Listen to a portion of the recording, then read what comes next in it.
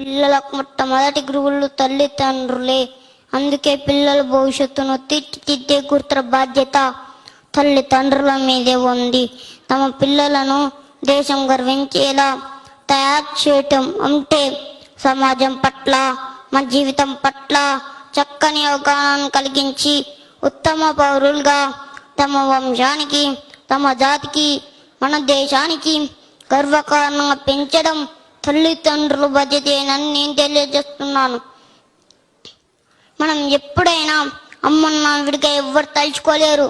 ఎందుకంటే మనలో అమ్మ నాన్న ఉంటారు, మన జ్ఞాపకాలలో ఉంటారు, మన ఉనికిలో ఉంటారు, మన అనుక్షణంలో ఉంటారు.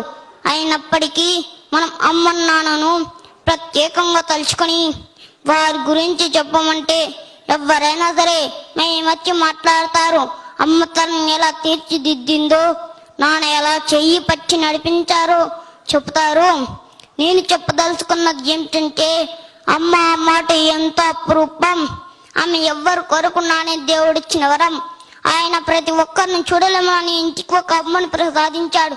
మనకే చిన్న నొప్పి కలిగినా, దెబ్బ తగిలినా గొంతులో నుంచి అక్క పిలుస్తాం. అప్పుడు అమ్మ హృదయం మనం ఎంత దూరంలో ఉండి అర్చినా ఆమె హృదయ తల్లులను తట్టి తీరుతుంది. అదే ఆమె గొప్పతనం.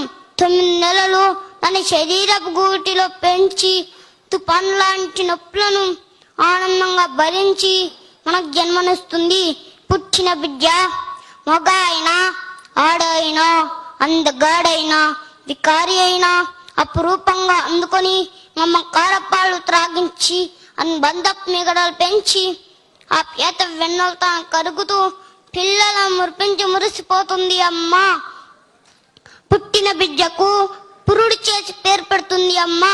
అంటే ఆ పేరంతా ప్రయోజకుడు కావాలని కోరుకుంటుంది అమ్మ.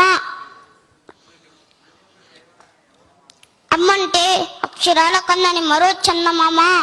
మనం అమ్మ ఒడిలో అల్లారు ముద్దుగా పెరిగి బడి ఈడు వచ్చినాక బడిలో చేరిన తర్వాత మన చదువులను చూసి సంబరపడిపోయి మురిసిపోతుంది అమ్మ.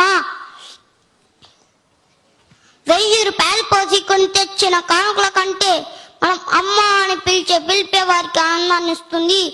అమ్మంటే చిమ్మ చీకట్లో దీపం.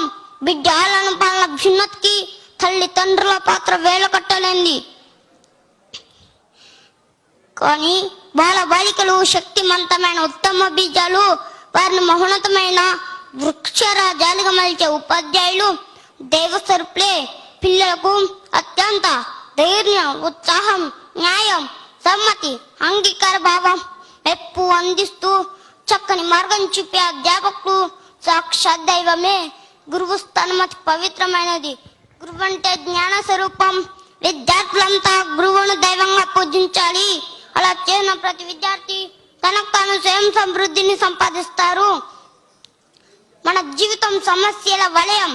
ఏ దేవుడైతే సమస్యలను సృష్టించాడో అదే దేవుడు పరిష్కార మార్గం కూడా చూపిస్తాడు. మనం చేయవలసిందల్లా ఒక్కటే, మన ప్రయత్నం మాత్రమే. మనం డబ్బులు ఖర్చు పెట్టి విలువైన బహుమతులు అన్నైనా కొనవచ్చును, కానీ అందువల్ల ఎలాంటి ప్రయోజనం మాత్రం ఉండదు. అదే బహుమతి 10 మందిలో పోటీ సాధించుకోటే కలిగే ఆనందాన్ని మాటల్లో చెప్పలేం. కానీ నిజ జీవితంలో మహోన్నతంగా మనం ఎంతో కష్టపడితే తప్ప మనం ఎదగలేం. కానీ మోకాళ్ళతో నీళ్లలో మునిగే వారికి గవ్వలు, నత్త గుళ్ళలు మాత్రమే దొరుకుతాయి. కానీ సముద్రపు లోతులు చూసిన వారే రత్నాల రాట్లను సొంతం చేసుకోగలుగుతారు.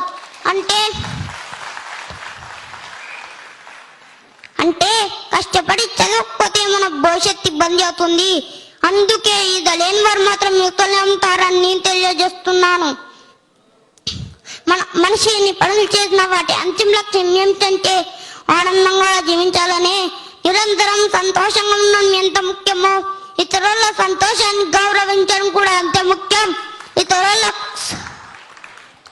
ఇతరుల సహకారం మనకు లేకుండా ఆనందంగా ఉండడం అసాధ్యం అని నేను తెలియజేస్తున్నాను. విజయమైన పరాజయమైన కేవలం మన మనసు నుండే పుడతాయి. మనిషి మనసు నరకాన్ని స్వర్గంగా, స్వర్గాన్ని నరకంగా మార్చేది మన మనసే. పరాజయ కోరల్లోకి నెచ్చిన విజయ శిఖరాల పైన బెట్టిన మన మనసే మూలం, మనిషికి మనసే పెట్టని కోట. మనసంటే కంటి కనిపించేది కాదు, 6 అడుగుల శరీరాన్ని అదుపు చేసే అత్యంత మెదడు మనిషి జీవితాన్ని శాస్తుంది. వ్యక్తుల ఆలోచనలే భార్విజాల క్షోధకాలు. తన జీవితం ఎలా ఉండాలో తన ఆలోచనలు నిర్దేశించుకుంటారు. ఉన్నతమైనటువంటి ఆలోచనలు ఉన్నతమైనటువంటి జీవితాన్ని అందిస్తాయి. మనలోని లోపాలను గ్రహిస్తే ధూళికి కారణం అర్థమవుతుంది. మేధస్సుకు చదువు అవసరం, శరీరానికి వ్యాయామం కావాలి.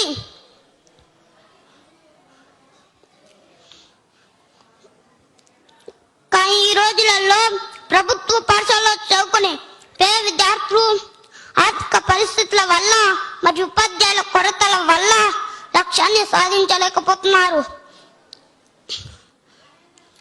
సర్కార్ బల్లో చదివే విద్యార్థులకు జీవితం ప్రశ్నాత్మకం కాకూడదని, మబ్బుల చాటున జాబిల్లిలా మా బ్రతుకులు కాకూడదని వందే మాతృ ఫౌండేషన్ స్వచ్ఛంద సంస్థ ముందుకు వచ్చి